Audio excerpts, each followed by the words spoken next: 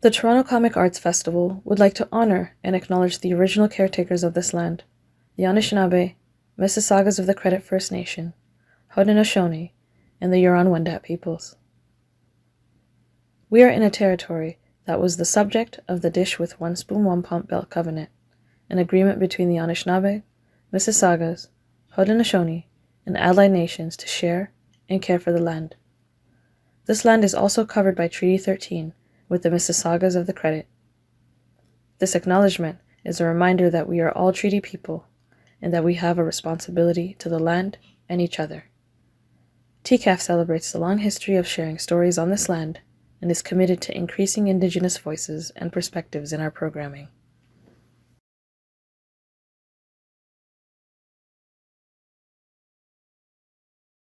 Welcome to TCAF 2024. TCAF, if you don't know, is the Toronto Comic Arts Festival, and this is a part of our digital festival offering online now until near the end of the month of May. But of course, these videos live on in YouTube land for forever.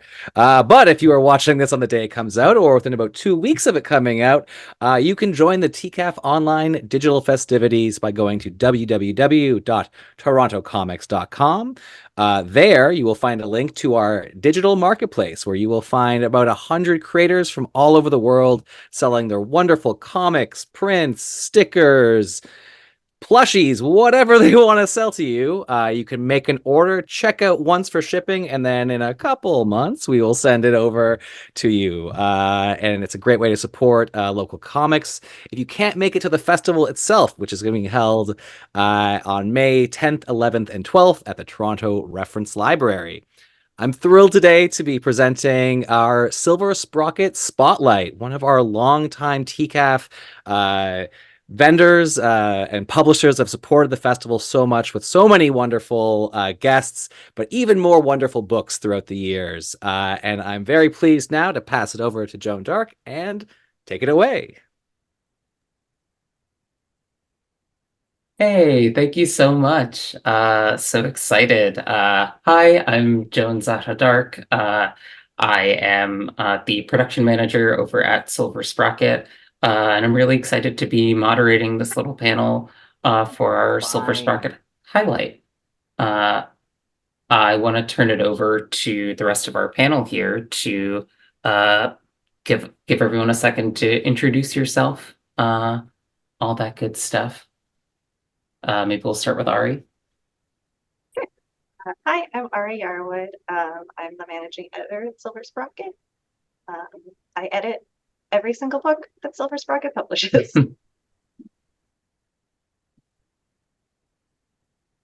Hi, I'm Carina. I'm the production designer for Silver Sprocket. I design and put together all the books that we publish, and I've been with Silver Sprocket since 2017. Yeah. Hi, I'm Cam. I'm a cartoonist with Silver Sprocket. I made Matchmaker, which came out in September. Yeah. Yeah.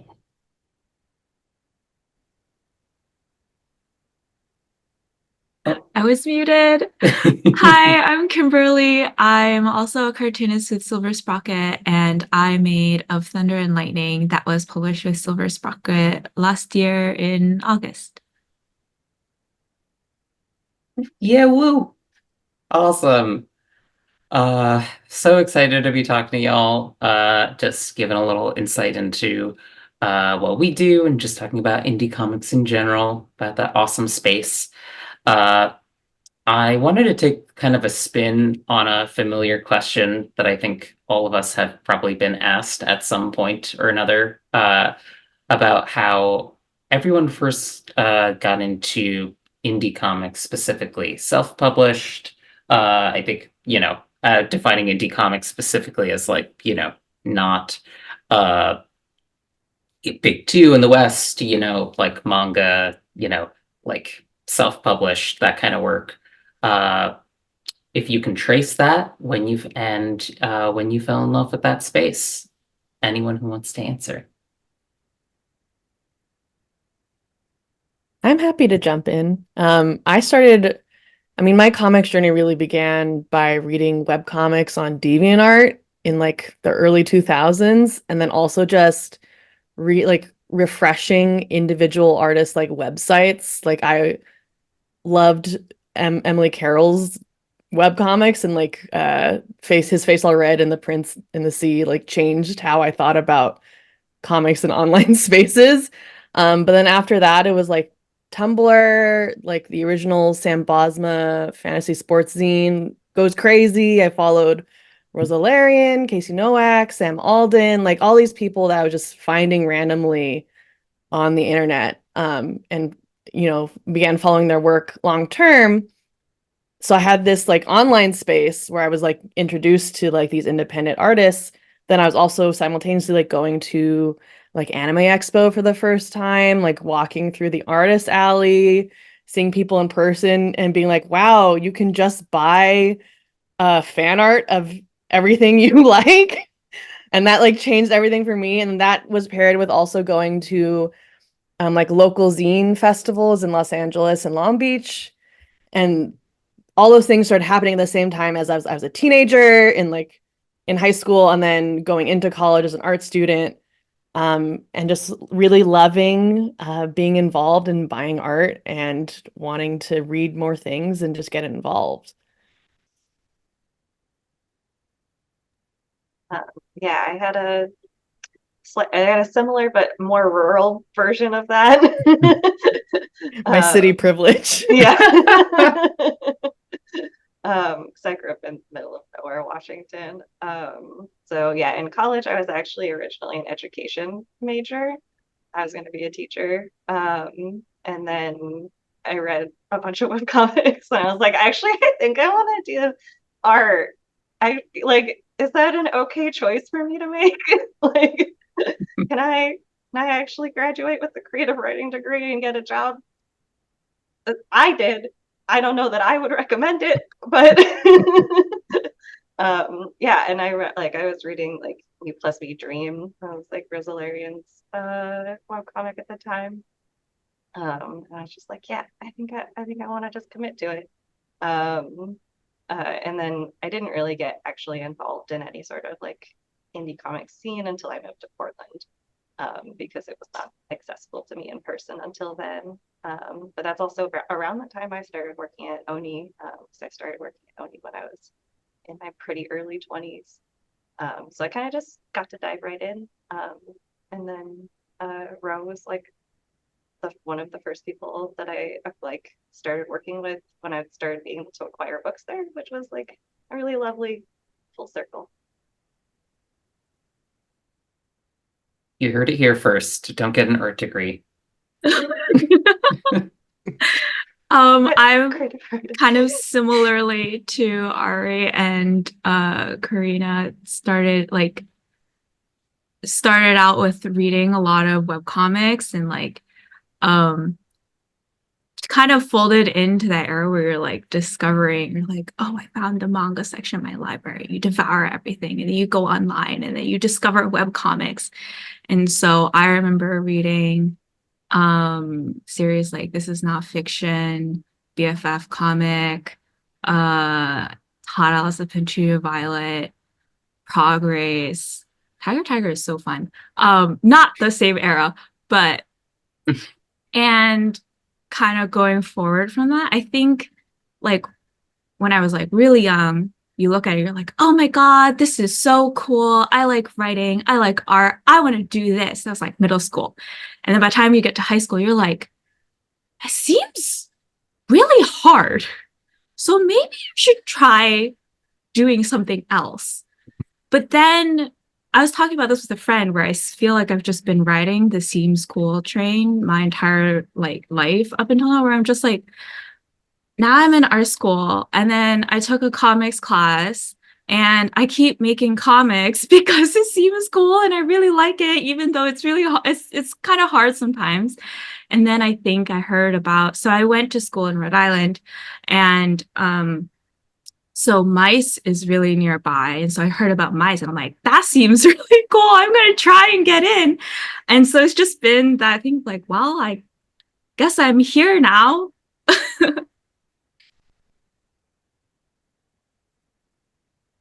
Yeah, my experience is pretty similar to everyone else's. I don't have much new to add. Kind of same thing. Webcomics, when I was 14, and I was like, that exists. I think my first kind of experience was I'm from Vancouver Island. There wasn't really any events there, but there was a short-lived convention for 2 years that was like kind of had an artist alley. It was mostly about video games, and I was 14, so I was like, they play Smash Brothers here. I'm gonna go. And then like kind of bumped into like artists there and was like, whoa, there's like comic artists here that you can meet and talk to. Someone who's exhibiting there was Sam Logan, who makes Sam and Fuzzy, um, who was very like nice to me as a kid and like, let me be annoying about like, so how does comics work? Like, how do you do that?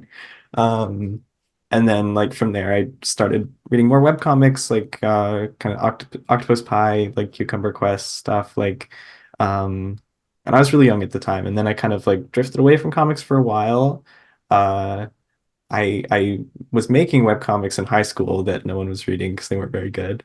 And then like I worked in animation for a while after university, and that was kind of like a lonely experience and kind of like drained me of joy in life. And then from there, kind of like dipped my toes back into comics and was like, oh, there's stuff happening here. Like, this is so cool. And so just these past few years, I've kind of really gotten back into the space and gotten super excited about it again. I love that you said that, Cam. It's kind of crazy how like one or two nice adults when you're a child can completely pivot like your overall goals. Oh, for sure. Yeah. People being very kind when I was being very annoying. Like this is the kind of thing where you look back and you're like, oh, I was the worst kid. But people were like nice to me and answered my questions and like talked to me about stuff, which was like, yeah, it makes a big difference.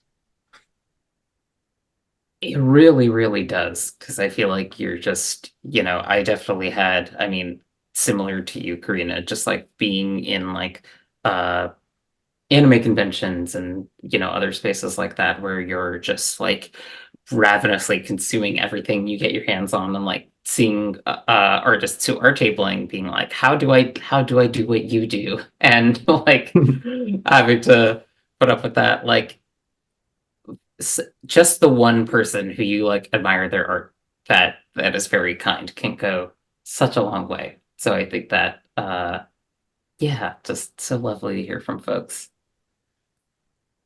Yeah, I remember like sending people emails, like webcomic artists who had jobs, were probably very busy, sending them emails like, hey, like, how do you make a speech bubble in Photoshop? And they would very nicely write back like, oh, well, you draw it. You know, people being very kind. It definitely, yeah, it's great. That's so funny. I just got an email, like a random email like that, like a month or two ago with someone just like, how did you do this thing? And I was like, you know what? Exactly like this. And I love to get an email like Yeah, that from a random college student and just like give them, here's how you do that. It's really, it can be life changing. yeah, for sure. Truly, it's very much yeah, I mean, so like Cam and Kim, I mean, you've self-published your work before at this point, and after now with since you've had stuff with Silver Sprocket. I'd love to hear about do you feel like your approach with comics has changed since, are there things that you're more aware of, things you're more tuned into for better, for worse? Yeah, definitely. It was a big change before and after. I mean, Ari and Karina kind of know this because I feel like they both taught me a lot in like our short time working on the book. Karina taught me that like, hey, you should prep your pages with a bleed. You should make them a big enough size, like how to prep things and make them look good so that it's less work later on. Um, and Ari taught me how to like, maybe read over your stuff before you post it. Like, they were not saying that these things in that way, but like how can you make something more clear, make something more more direct to what you actually are trying to say. So like working with both of them, I think made a big difference for me, and everyone else who was involved in that book. But I feel like it was a huge like leveling up experience of just going into a new project and being like, yeah, I know how to get this started. Like just having that experience was amazing. Yeah, I feel like working with Silver Sprocket in general, I feel like it's not too big of a change, maybe because uh I still need to I'm still working on some stuff, but I think that learning how to speak with other people about your ideas and projects, especially if I'm personally someone who's extremely like wordy and kind of convoluted. I enjoy that, but I'm also like, if I need to communicate to another person, um, or like pitch or try and like give a sense of the appeal to someone who is not inside my brain 100% of the time, like that's kind of a skill to hone and improve. And obviously working with Silver Sprocket with Ari and Carina, it like they can since Thunder and Lightning was done before it was picked up by Silver Sprocket, I feel like I've been kind of cheating my way through comics by just being like, I'm not very good at pitching things, so I'll just finish something and be like, it's pretty good, right? And so for example, Ari helped me write a more tone down the prophecy vibes of the summary that I'm giving in the back of Thunder and Lightning, and give a version that people of a broader range can like read and approach, and then they can approach like the text itself, how they feel. That's definitely been something I've been thinking about a lot. I think working with Silver Sprocket has also kind of helped me realize that, for example, in school, I looked a lot into traditional publishing, and there's a lot of marketing and genre and demographic and boiling down the pitch on your story, and really appealing almost not even to a reader, but so much as the publishing house itself. And it can really get in your head. So, and I'm someone who overthinks. So it kind of has, and working with Silver Sprocket has, and like being able to put a Thunder and Lightning out, is like, oh, like even if I have like a kind of weird or strange story, there is still an audience to reach, and there are people who can help you do that. And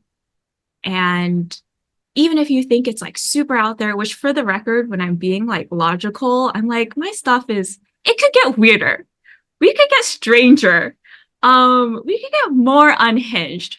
But when you're like in the soup of like demographic, market, log lines, you're like, no, I'm so weird. No one's gonna ever want to read this or pick this up. Like, no, there are plenty of weird people out there. And indie presses and places like Silver Sprocket kind of like help connect creators and audiences. That's been really cool to like see happen.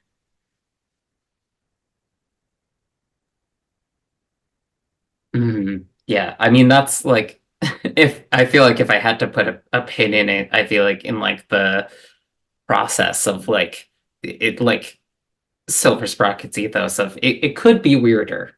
And that's I think are the general vibe. And like, I would even say like just talking about that, Kim, because I feel like I don't think it's cheating to say that you had to make the comic.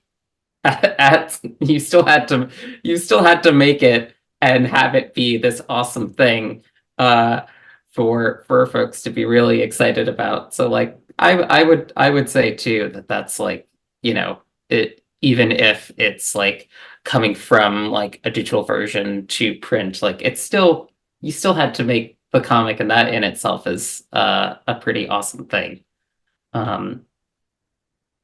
Yeah. That's definitely true, but I was about to respond with like, oh yeah, I'm cheating as well. No. I definitely feel that. I think that like the way that I work and stuff would not be a good fit for like pitching something and then sticking to it. Even like working with Silver Sprocket, they were like, can you like give us a point form summary of the ending? And I was like, well, like here it is, but we'll see how it goes because I work Mostly very that like outline was like, I just want to make sure that your plan isn't like, and then they all go to space. Like, yeah. Yeah, for sure. But that could happen with me. So it was good to make me stick to at least not something like that. But like I definitely think that traditional publishing would be very kind of smothering, I guess, in a way that would make it hard to work for me. Um, I definitely like the freedom of just like finish it first and then see what happens or see what it becomes. Yeah. for what it's worth, also working at Silver Sprocket feels like a little bit of cheating for me as an editor. Um, because I'm not as beholden to those like specific like the bureaucracy of the pitching and the like doing the like I have to sell this to someone who doesn't really care and like or I have to sell this to the marketing department or like and make them believe that this is going to be a blockbuster book every single time. This is kind of I don't know, maybe too inside baseball, but like the bane of my existence is comp titles. Because like theoretically how it's supposed to work in like a big publishing company is you as the editor, you're like, I love this project. It's so good. It's so cool. And then I have to present it to the people with money and be like, you should spend your money on this. And what they want is a comparable title that's done really well. So that they can be like, oh, this book is just like this. And so therefore it's a safe bet. But a lot of really good books don't have comp titles because they're like doing something new or they're from like an underrepresented like author. And so like how do you get new and cool books made if you're always having to compare it to something else that already exists that has like broken into that mainstream like space?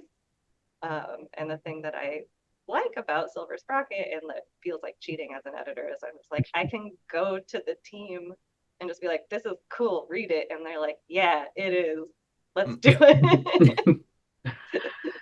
Yeah. Yeah, also then comp titles have to be like within the last like 5 years or something, which is also another Right. level Oh my of God. insanity when you're like, Ugh. well, there's Yeah. nothing. Yeah, But it's yeah, a I mean, thing I where it's like, agree. I was gonna say I agree, Ari. Like the bureaucracy of larger publishers is, I think, it really weighs down, I think, the potential of so many artists that we interact with and that we have the pleasure of working with at Silver Sprocket. Like I ultimately think that every publisher, the actual relationship is that the publisher is in service to the artist. Like if the artist is not benefiting from the arrangement, then they shouldn't be working together. And for larger publishers, like in a good scenario, they're also doing that. And they actually saying, we believe in the project and we believe we can sell 70,000 copies and get it to 70,000 different readers. And like, we believe that like we have the ability to, and the we're able to reach that audience. But like, as you're saying, Ari, there's like a lot that can happen within the machinations of a large company that often suppresses a lot of the emotionality of like what it is to make art, where I think we have this really cool opportunity in Silver Sprocket to, I think, really focus on like what the artist as an individual really wants to achieve, or at least that's how I feel. Whenever I'm approaching a project, I'm like, we are in partnership and we are in service to our artists, and it's like what they want is what they want, and we're just going to recommend stuff that is, we think, going to make the book the best it can be, given like what the dream is for that book. And that's so different from everywhere else. Frustratingly so, and it shouldn't be, like it's such a wild idea I mean, and I think it, as we've talked about, a lot of it comes down to this whole idea of like, yeah, traditional publishing having its own kind of like ecosystem and bubble, and like, who they think they're selling to and who uh they're trying to market to. And if they don't think there's a market, then they're gonna reject any decisions that go in that direction. See, any time a publisher has to figure out a direction for a comic that's not kids or YA. Mhm. So yeah, it should not be a wild concept to just give your artists the reins of what they want to do for their book. But here we are. I think we kind of touched on, Ari and Carina, about what stood out for you in your work. Unless there's anything else you want to get to here about, compared, because you've both been in publishing for a while. You both are bringing some unique skills to the table about your work compared to other jobs. I mean, the only other thing I have to add is that I think we're more collaborative than other publishers. Like, I do think that everyone has sort of a voice, and be like, if someone wants to acquire something, like, that is legitimately considered. As opposed to like, if like an assistant editor at a large house had an idea, very low chance that that gets heard in a legitimate way. So I think that's sort of the ethos in small press, that like everyone is trying to make something, and we're all trying to, you know, bring voices of artists, but also voices of like individuals like who are working behind the scenes. Like, everyone is, it's a more level playing field, I think.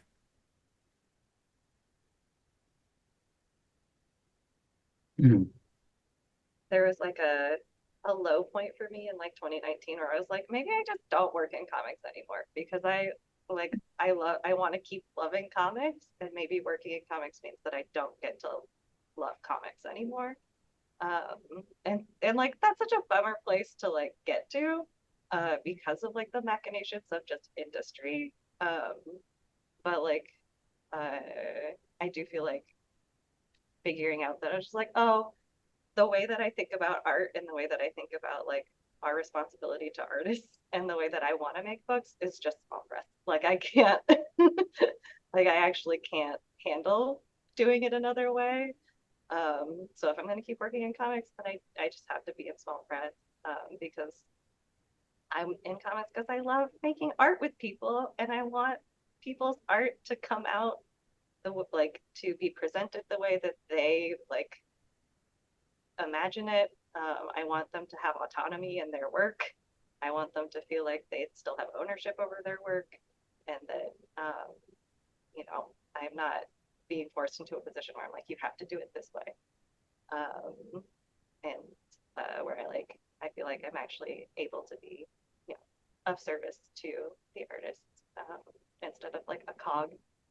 And so, yeah, I'm very happy that small press and indie comics exists, because otherwise I would probably be doing something else. Yeah, I mentioned earlier that I worked in animation for a short time, a couple of years, and then kind of came back to comics because I think comics has like a small press scene and indie scene that animation doesn't. Or I don't want to like dismiss the indie stuff that is happening in animation, but it's much smaller and much harder to do. Um, but I was definitely getting to a point like that with animation, where I would watch something animated and I'd be like, it's not worth it. Like, why don't you just use a camera? It's not, it's not worth the way that animation gets made and like the companies that do it. And now that I'm not in it anymore, I enjoy animation again. But I found myself getting bitter about it and being like, I don't like watching this anymore because it's like you just see all the bad parts that happen like during the day. Um, and that's like a difference with comics for me is that there is like an indie scene where things are different than that. Um, and like, small press and like you go to conventions and people are all doing their own thing and it doesn't, they're not killing themselves to make stuff. Uh, in indie comics, sometimes they are, but um, I don't know. That's a difference for me. And it's definitely like when you can work in an industry in a healthy way, you get to still keep enjoying the stuff that comes out of it. It makes a big difference. Yeah, well, none of us should be dying over our little funny pictures. It's Yeah. And the funny pictures are better when people aren't going through It's something horrible to true. make It's them. true. It really, yeah, it's so true. Yeah, I mean, I would love to hear from both of you, Kim, because you've both worked in animation as well as Mhm. comics, and I think, Kim, you like have experience as a background artist, and I think it shows a lot in your work. And I'd love to hear from you both, um, like practices that you feel like if there's some overlap, different skills you're using. I think we've talked about what keeps bringing you back to comics, but just like the contrasts there. Yeah, for sure. Um, I prefacing that I do like my job, but I am not like it. So going back, animation and comics are two industries that they're passion industries, right? Especially in the way that people talk about them and kind of like almost mythos around them is like, I mean, we were just saying like don't die for your funny little pictures, but the mythos around them is to die for your funny little pictures. And I that's not how I approach my job in animation. I'm very much like I'm doing this as a job and I take pride in doing my work well and like being part of a team that like brings a larger like project together. But I also like keep pretty strong boundaries with it. Um, because for example, like I will never own the show that I'm working on. I think even as a showrunner, you kind of don't really own the show that you're working on. And I know my limits, at least in this area, and I like cannot put 110% of myself into something that's completely in control of other people, let alone other people that are not guaranteed to care as much as I do about the thing. Um, and so I really try and think about me in the animation industry, you know, surviving, um, as like I'm providing my craft and also socializing with people. I think being an artist or like doing uh comics work is pretty solitary. So, it's nice to see and talk with other people Hmm. and see other people's work. And sorry, I'm like reminding myself of what the question was. Um, Uh oh, Different compare practices, yeah. yeah, different practices. So I think when I'm working on my assignments, I'm thinking about how it works within the pipeline. And I'm more willing to make certain choices and use certain tools because I'm like, oh, I need to use linear perspective because they need to be able to place these characters around for consistency. Paint needs to be able to work well on this. So my layers can't be an entire mess versus comics is like, I'm everything is about me. And when I'm making comics, it's like it's my hand, it's my style, it's my writing, it's my preferences.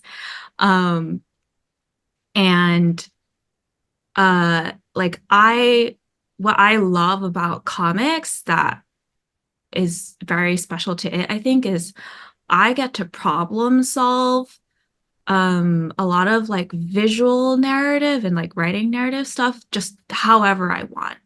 Like I could do it through words, I could do it through visuals, I could do it through framing devices, I could do it through form. And that's the level of like control and ownership that is, it's like really rewarded working within comics. Yeah. Yeah, I second all of that. I think that's a great way to put all of it. Um, I'll add that like I I like when I was doing animation work, it's up in Canada, which is mostly outsourced stuff. Um, so that was like it was kind of it made me much better at like drawing. It was kind of like really hyper like learning lesson time. Like every day was just like here's 10,000 ways you can draw better and do it now. Um and my first job was like a non-union job that was remote, and that one was very kind of a nightmare. My second job was union, and it was working in compositing.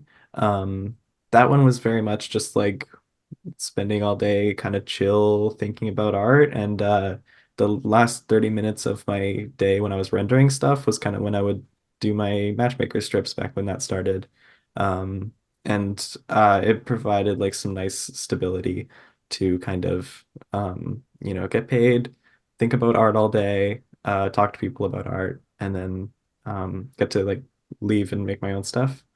But it's a very different like skill set. So Yeah, and if I could jump in really quick for a last point in that, I I think working in animation now has given me like a different lens to view it, which I had been kind of falling a little bit out of interest with like cartoons and anime and stuff, not as, rigorously as like in middle school or high school, you're like watching like every show and every season or something. You get a little tired.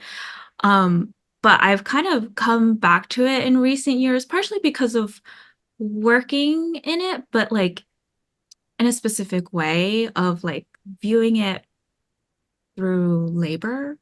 It's like uh maybe a funny way to phrase that, but for example, one of the things that made me much more interested in certain animes is rediscovering the blog. I think Sakuga blog, because they'll write about, I really like that blog because they will write about certain shows that are airing during the season, and the people who write for this blog are very familiar with the anime scene, the directors, the animators. They like know their career trajectories, which is super cool. I mean, I don't know them, but so I have to click like every link they put in there being like, who is this? But it's super cool, and it really gives me a perspective that I find really interesting at this stage of, me and my relationship to cartoons and anime. So that also has started to inform my taste around it. So like something that I view as like flashy and like excessively laborious, it's pretty, but I don't enjoy it really. yeah. Versus like really specific, strong design and art choices that are like, I mean, you could derogatorily call it like slideshow like segments, but I'm like, if they make good choices, like I don't care. That's still good animation to me. Sometimes good animation is less frames, but that's just another thought on like me and my relationship to animation nowadays. I'm so glad you shouted out Sakuga. If you care about animation from a humanist perspective, go read that blog. But I love that we're talking about like the sustainability of having a career and sort of reevaluating where we began, when we like our whole personality is sort of revolved around loving art. And then we started working in art, and things, get dicey a little bit. And then you have to figure out a way to like love it in a different way. Like I think one of Yeah. the biggest things for me is going to like the shows, which are so deeply healing every time I get to see people in person and be like, wow, we're all struggling so much to make these little pieces of art. And isn't it cool we all get to show them to each other now? Like that is so deeply valuable. And it is what keeps you going for a whole year. And you have to figure out a way to like, balance your work and like how good you want it to be, and also like living a life outside of art and finding interests outside of art so that you can you need to take that stuff from the rest of your life and that goes back into your art, and it's not, your work won't be as good without it, I don't think. 100%. So much. I mean, I think the through line we've been talking about here, nobody should die for their funny little pictures, I feel like is something like, I mean, I think that's especially for folks who are thinking about who are working in comics now, or maybe are thinking about making comics. I feel like it's very important to impart that, speaking also, I mean, myself and Kim, both card-carrying members of a cartoonist cooperative, like labor is so important in that evaluation of comics, because I think there's such a impetus to just churn out pages and like get stuff out for very unreasonable deadlines. And I mean, Silver Sprocket, I mean, what I really love is in part that, like, folks, if folks are dealing with other things in their lives, like dealing with emergencies or what have you, like just being able to say, like, well, we're gonna push the book back. We're not gonna hold you to this whatever fall release date because it has to come out and ruin your health, which is again, should be the standard. should be a given. But it's something that I just, is so important. I think about small press work is just making sure that that the work is done sustainably. I mean, there's not enough money in comics to not To die move the for. deadlines. Yeah. Yeah. And then even in like large publishing, there isn't enough money to not move the deadlines. So just push it back. Who cares? It's a book. No one's gonna die. Yeah. And like we said, it'll be better for not being crunched. Like even from a purely like money publisher perspective, you will get a better product. Like Yeah. if it's not crunched. So give I time. absolutely, I totally find that like, I don't know, if I sit at my desk for like 8 hours making a comic page, then it turns out way worse than if I like went and had a good day and then spent like 2 hours on it. That's gonna be something better, even if it's like maybe like a little sloppier, a little less like clean. It makes for a way better thing. If you just like, I don't know, have a good life outside of it. Yeah. I do think that's like one of the fundamental disconnects of like corporate, is just like art, like not understanding that art doesn't work on a 9 to 5. Yeah. Like Yeah. you can't just sit down and do art for 8.5 hours a day every single day. 100%. Yeah. Like just that time thinking is working. Like you just need to like sit and be like, how do I feel about grieving or relationships or whatever, and then that will go into the thing you draw eventually or whatever, but you need the time just to like sit and consider. Also, like reading other work too. If you don't have time for that, then you're gonna like fall out of touch and not be able to make stuff that's good. I think lots of people are like, I don't have time to read comics. I spend too much time making comics, and then that's not really how you make good comics. You have to kind of be taking in stuff as well. Uh, and whenever I am finding I don't have time to like dedicate some time to reading stuff, then I'm like something needs to change because uh like that's how it works. I don't know. Like making time to experience good work um is more important than just like having horse blinders on and focusing on your own. Um 100%, 100% agree that, yeah, it's just making sure that you actually engage with the work around you, both like as like, peers, like other people that are in uh the industry, but also just for like your own self-nourishment is so, so important. You know, it's it's just nice to see what other cool shit people are making. yeah, and you Uh, just need to have time. You just need to have time outside of the work to do that kind of thing. Um Instead of dedicating all your time to drawing, which is like I say that as if it's a person's choice. It's not usually, but yeah. mhm.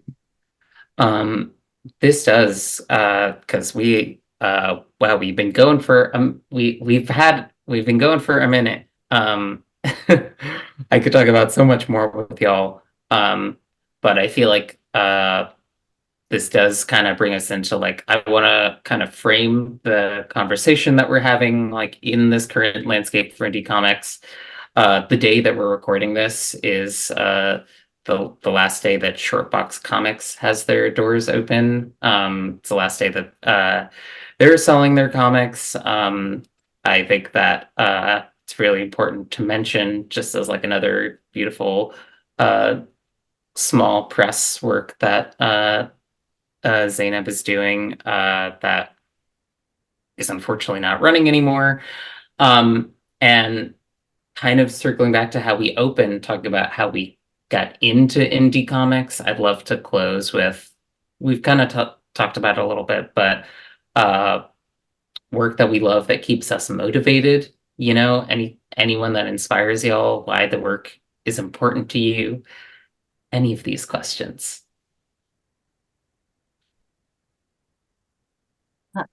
Also, the comics fair will still keep going though, so don't. Yeah, the comics We fair don't will have to still be. keep the comics fair will still keep going. It is still running, Yeah. to be clear. This is gonna be such a dorky answer, but like genuinely, the artists that I get to work with are my like. I'm just so happy I get to work with so many talented people making such a beautiful art that I love so much, and then I'm just like, well, I want to read this, and now I get to put it out in a cool book, and I get to know the artist. Which is just like every time I'm just like I'm emailing with somebody, I'm just like this is a celebrity, like I like that's the reason I like doing this job so much is because I get to like participate in making that art more accessible to other people to read, and like I get to read it and I get to see it as it happens, and I'm just like this is so cool. um And so, yeah, I feel very lucky that I get to work with so many cool people making such cool art. So that's why I stay in it. Yeah. I'll say I got to go to I was very lucky to go to Japan at the end of last year.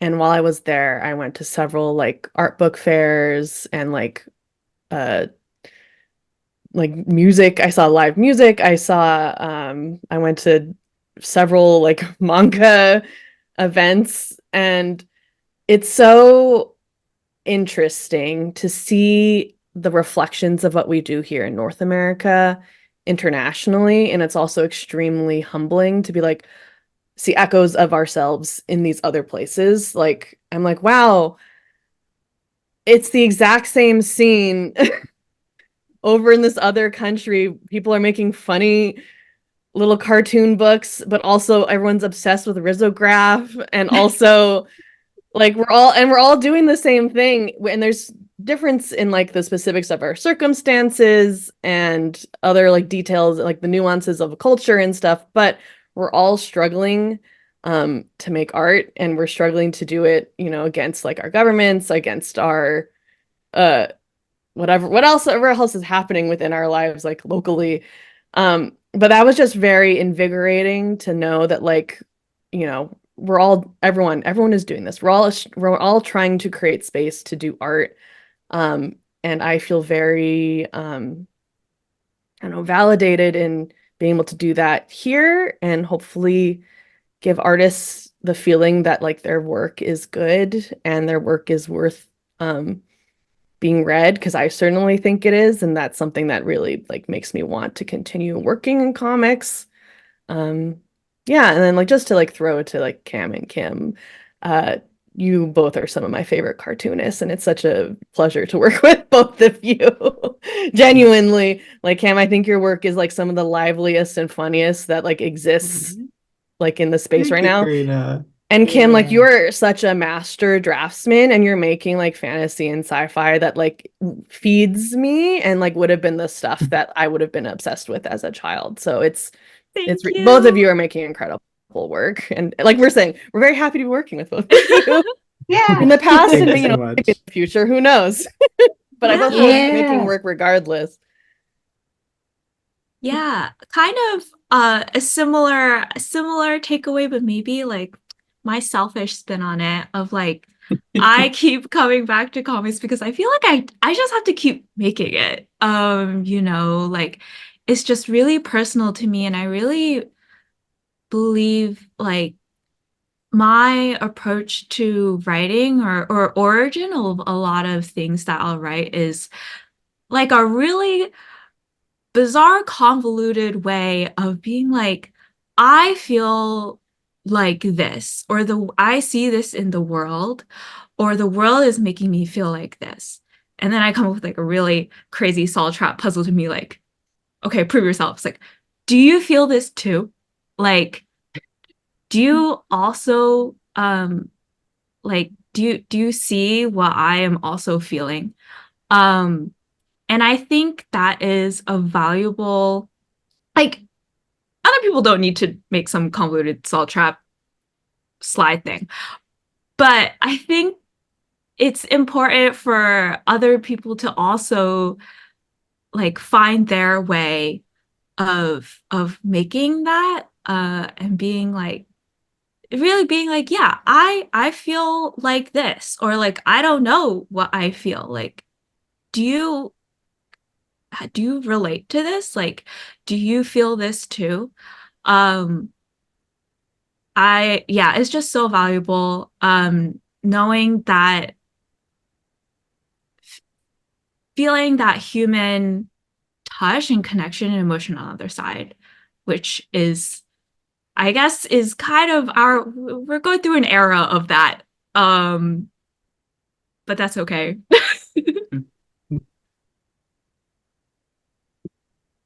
Yeah. Yeah, so I guess some of my like current things I'm inspired by, um, well, first of all, I want to say like, I don't know, kind of my like direct peers, like for example, like my partner Ellison Estefan, makes a comic called Godflesh. It's really good. We live together, so I love just like peeking over and seeing what they're working on and being like, oh, cool. Oh my gosh, I want to go draw too. Um, that is always just a big thing. My friend Winona Paradise makes a comic called Girls with Horns. We started our comics around the same time, and we're kind of like uh, kept like leveling each other up while they were going, and she's still making that, and it's really amazing. Um, and then I also read lots of manga. Manga doesn't even need my help to shut it out, but uh, like Delicious in Dungeon, that's like not a cool recommendation anymore because there's like a show on Netflix, but um, everyone should still go read it. It's one of my favorite comics, and I can't wait to see what Ryoko Kui does next.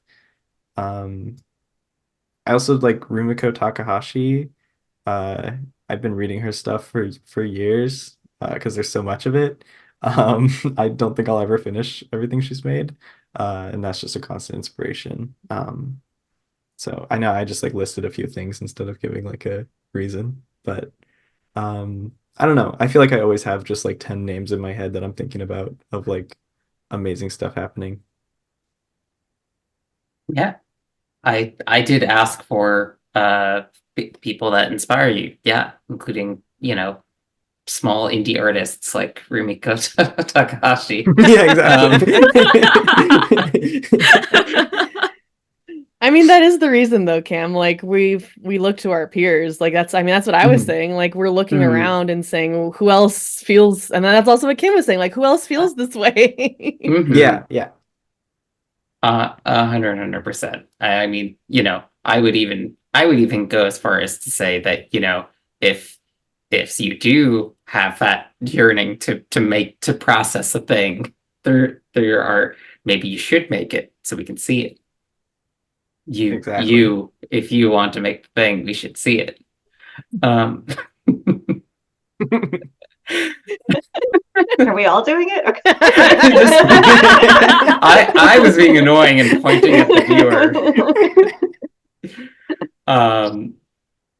Yeah, but just truly so much love for so many amazing folks making comics right now. I mean, Kim and Kim included, that there's so much amazing work out there, and I feel like it's why, again, I'm mostly taking Ari's answer as well to be like, I just love the opportunity to message people that I love and be like, let's make a thing. This is great. I'm so happy to be helping your comic get out to more people. It's so exciting. Mhm. Also, people watching this might be going to TCAF. Go walk through TCAF. There's like probably infinite amazing it's work gonna be there. so cool. Yeah, more than you Yeah, can afford. So if go you check it out. if you're watching this after TCAF, how was it? Let us know. It was good. Yeah. Oh. That's great. Yes. But conventions happen all the time. People should go to them. If there's any local, I know it's not everywhere has like a thing you can go to, but make the effort to like find stuff in your community because there's something happening somewhere. Also more likely than you think. There's always Yeah. someone who's like trying to do, maybe it's not a full show, but like an event. There's someone's trying to be like, look at my comic, and then there's a Mhm. bunch of their friends who are also there selling their wares. So Mhm. Yeah, very much so. Yeah, I mean, everyone should be going to TCAF, should be enjoying their local fests, and that feels like a great note to end on. For everyone to come by, thank you so much. Obviously, you can find us on the Sprocket side at Silver Sprocket, on Instagram, SSBC Fight Club, on various other platforms, silversprocket.net. Kim and Cam, if y'all want to shout yourselves out. Yeah, I'm sorry, you go ahead. No, you go. Okay, I'm Little Good Frog on most websites. Who I don't even know what websites people will be using by the time this airs, but I'll make sure it's the same anywhere I am. So yeah. And my book Matchmaker, you can get that through Silver Sprocket or your local bookstore. I don't know, it's all right. You should buy it. That's pretty It's good. great. I'm a fan. Aw. Yeah. So cute. Karina, show off your cool title you made for it. Oh, people won't be able. Well, here you go. There it is. Yeah, you can Yeah. kind of see it. Oh, Yeah. good. Go look at it online. That's Yeah. the better. And you can find me at Kimberley. I'm mostly so KMBRLEI, except for Twitter, where I couldn't get that. So it's Raven in Blue. But who knows if Twitter will still be around. We'll find out. And yeah, you can buy Of Thunder or check out Of Thunder and Lightning also on the Silver Sprocket site. Or order it through your local bookstore, get your library to stock it, maybe. I don't know. That would be really cool. Anyone want to put it into New York Public Library for me? Mhm. We're working on that. Yeah, it'd be pretty cool. We'll see. I think that's us.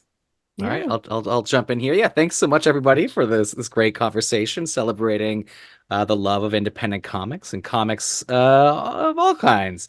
In addition to those other channels, Silver Sprocket does have a page on the Toronto Comic Arts Festival digital marketplace. So if you want to pair some of the artists here with some other random people from all around the world, you can go there and check that out. Please see us at the Toronto Reference Library, May 10th, 11th, and 12th, 2024, and in the future, probably right around those dates as well. Thanks so much, everybody, and we'll see you at TCAF.